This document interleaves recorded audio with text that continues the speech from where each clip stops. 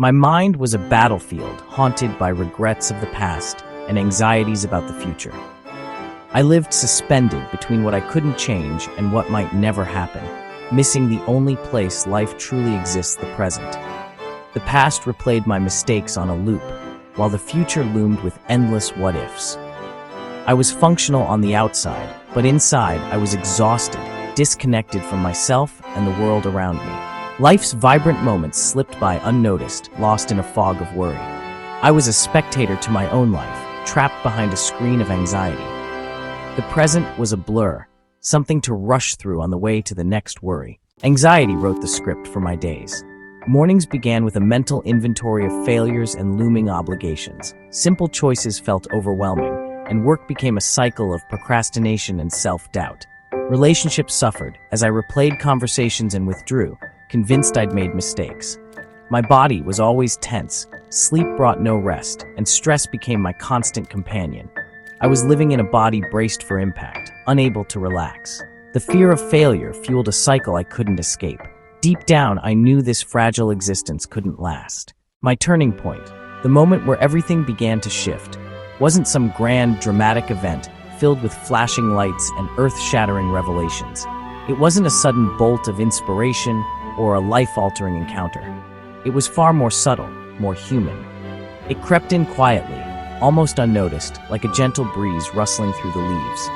It was a moment of profound stillness, a quiet cry for help from within. It was a quiet collapse, a slow and steady crumbling of the carefully constructed facade I had built around myself. The weight of expectations, the constant striving, the relentless pressure to be someone I wasn't, it all became too much to bear. It wasn't a spectacular explosion, but rather a silent implosion, a gentle folding inward. It happened on an ordinary afternoon, in the most unremarkable of settings. The sun streamed through the window, casting long shadows across the room. The air was still, the sounds of the city muffled in the distance. There was nothing to indicate that this moment would be any different from the countless others that had come before. I was lost in anxious thoughts, a familiar landscape of worries and what-ifs. My mind raced, jumping from one concern to the next, each one feeding the growing sense of unease within me. I was trapped in a cycle of negativity, unable to break free from the relentless grip of anxiety. And then, quite unexpectedly, I dropped a teacup. It slipped from my grasp, a sudden and clumsy movement that seemed to shatter the fragile peace of the afternoon. Its shattering echoed, a sharp, piercing sound that reverberated through the room and seemed to penetrate the very core of my being. The sound was jarring, a sudden interruption to the quiet hum of my anxiety. It mirrored my own fractured state. The broken pieces of the teacup seemed to represent the shattered fragments of my own self, scattered and disorganized. Sitting among the broken pieces, surrounded by the debris of my clumsy accident, something shifted within me. The act of dropping the teacup, the sound of its shattering, had somehow broken through the wall of anxiety that had been holding me captive. I finally let myself feel, allowing the emotions that I had been suppressing for so long to surface. The dam had broken, and a torrent of feelings washed over me. The exhaustion and despair, the overwhelming sense of being lost and adrift. It was a moment of raw vulnerability, a complete and utter surrender to the weight of my own emotions. In that stillness, amidst the broken pieces and the flood of emotions, a strange sense of clarity began to emerge. The silence was profound, a stark contrast to the chaos within me. A clear thought emerged, cutting through the fog of anxiety and self-doubt. It was a simple, yet profound realization. I don't want to live like this anymore. The words echoed in my mind, a declaration of independence from the prison of my own making. Not like this anymore, constantly battling my own thoughts, forever chasing an elusive sense of peace. I realized I'd abandoned something essential, something vital to my well-being. The only real thing, the anchor that could ground me in the present moment, the here and now. I had been so consumed by worries about the future and regrets about the past that I had completely lost touch with the reality of the present. The sunlight, warm and golden on my skin, my cat's purr, a soothing vibration against my hand, the cool tiles beneath my fingertips, a grounding sensation. I'd missed it all the small, precious details that made up the fabric of my life. This wasn't a promise, a grand declaration of a new and improved life. To fix everything, to magically erase all my anxieties and insecurities. It was just an honest acknowledgement, a simple and profound acceptance of where I was in that moment. My anxiety was a learned habit, a pattern of thinking that I had unconsciously cultivated over time. Not an external force, not some inherent flaw in my character, but a habit that could be unlearned. That moment of surrender, that quiet collapse amidst the broken pieces, became my starting point, the foundation upon which I would begin to rebuild my life. To come home to myself, to rediscover the joy and peace that had been buried beneath layers of anxiety and self-doubt, right here, right now, in this very moment. The first step, often the most daunting, is also the most crucial. It's the initial movement away from stagnation and towards healing. It requires courage, a willingness to confront what lies ahead, and a belief in the possibility of change. This step isn't just physical, it's a mental and emotional commitment to a new path, was to stop fighting the past. For so long, I had been locked in a battle with my own history, resisting the memories and emotions that haunted me. This constant struggle only amplified their power, keeping me trapped in a cycle of pain and resentment, and start facing it. Turning towards the past, rather than running from it, was a pivotal shift. It meant acknowledging the experiences that had shaped me, both the good and the bad, and recognizing their impact on my present self, with gentle curiosity.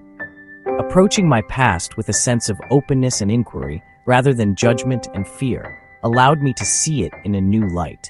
It created space for understanding, compassion, and ultimately acceptance.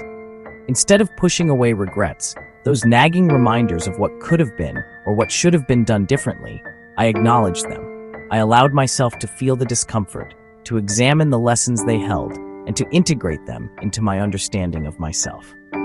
There's that memory again.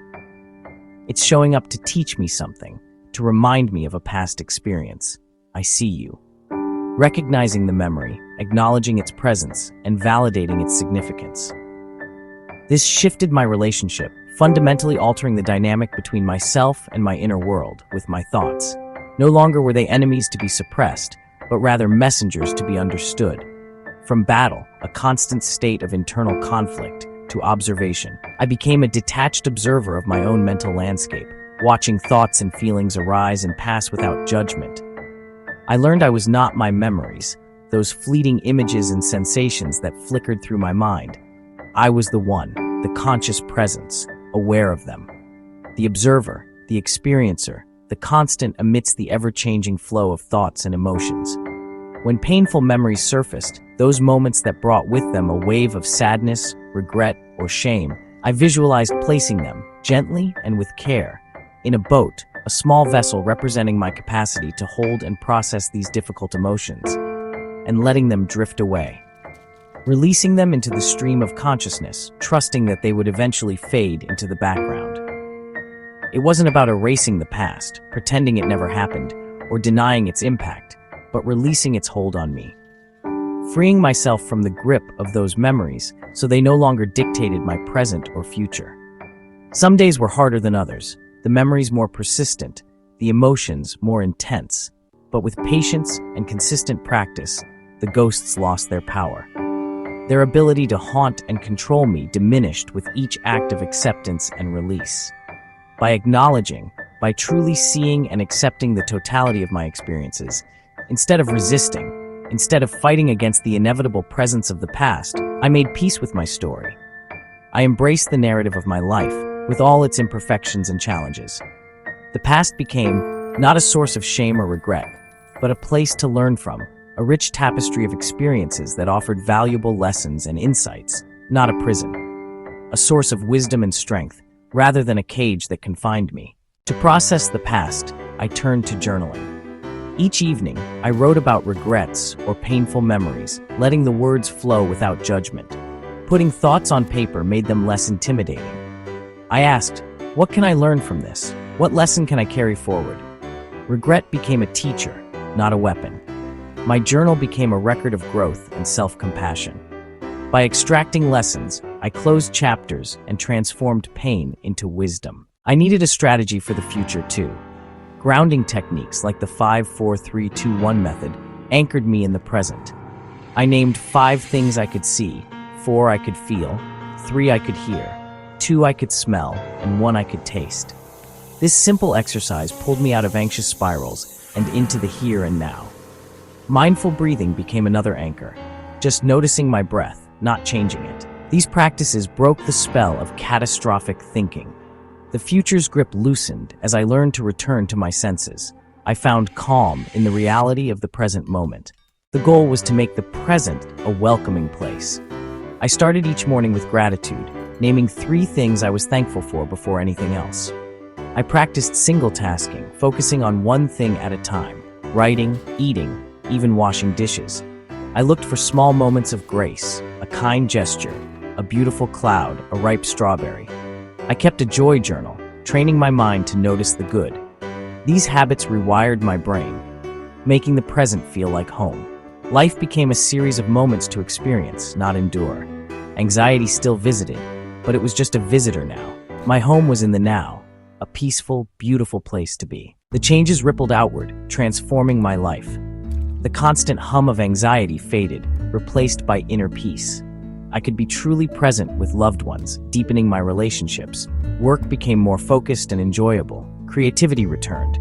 I was less defensive, more open, and found joy in simple solitude. My self-worth was no longer tied to outcomes. Life felt less like a problem to solve and more like a gift to experience. The world seemed brighter, and I was finally able to receive it. If you feel trapped, caught in a cycle of worry and unease, remember this: you are not defined by your anxiety. It's a temporary state, a feeling passing through you, not a permanent fixture. It might feel like you're stuck, but there's always a path forward, even if it's not immediately visible. Between yesterday and tomorrow, lost in the space between what was and what might be, it's easy to feel overwhelmed. The past can weigh heavily on our minds, filled with regrets and what-ifs. The future stretches out before us, uncertain and potentially daunting. You're not alone in this feeling of being adrift. Many others experience this sense of disconnection, this struggle to find solid ground. Remember that reaching out is a sign of strength, not weakness. There are people who care and want to support you on your journey back to the present. And there is a way out. A way to navigate the complexities of your thoughts and emotions to find your center again. It might not be a quick fix, but a gradual process of self-discovery and mindful awareness. Peace is your natural state, the foundation upon which your well-being rests. It's not something you need to strive for, but rather something you uncover, like removing layers to reveal the inherent tranquility within, waiting for you, patiently, like a gentle stream flowing beneath the surface of your anxieties. It's always there, accessible when you choose to turn your attention inward. In this moment, right here, right now, the possibility of peace exists. It's not dependent on external circumstances or future outcomes, but on your ability to connect with the present.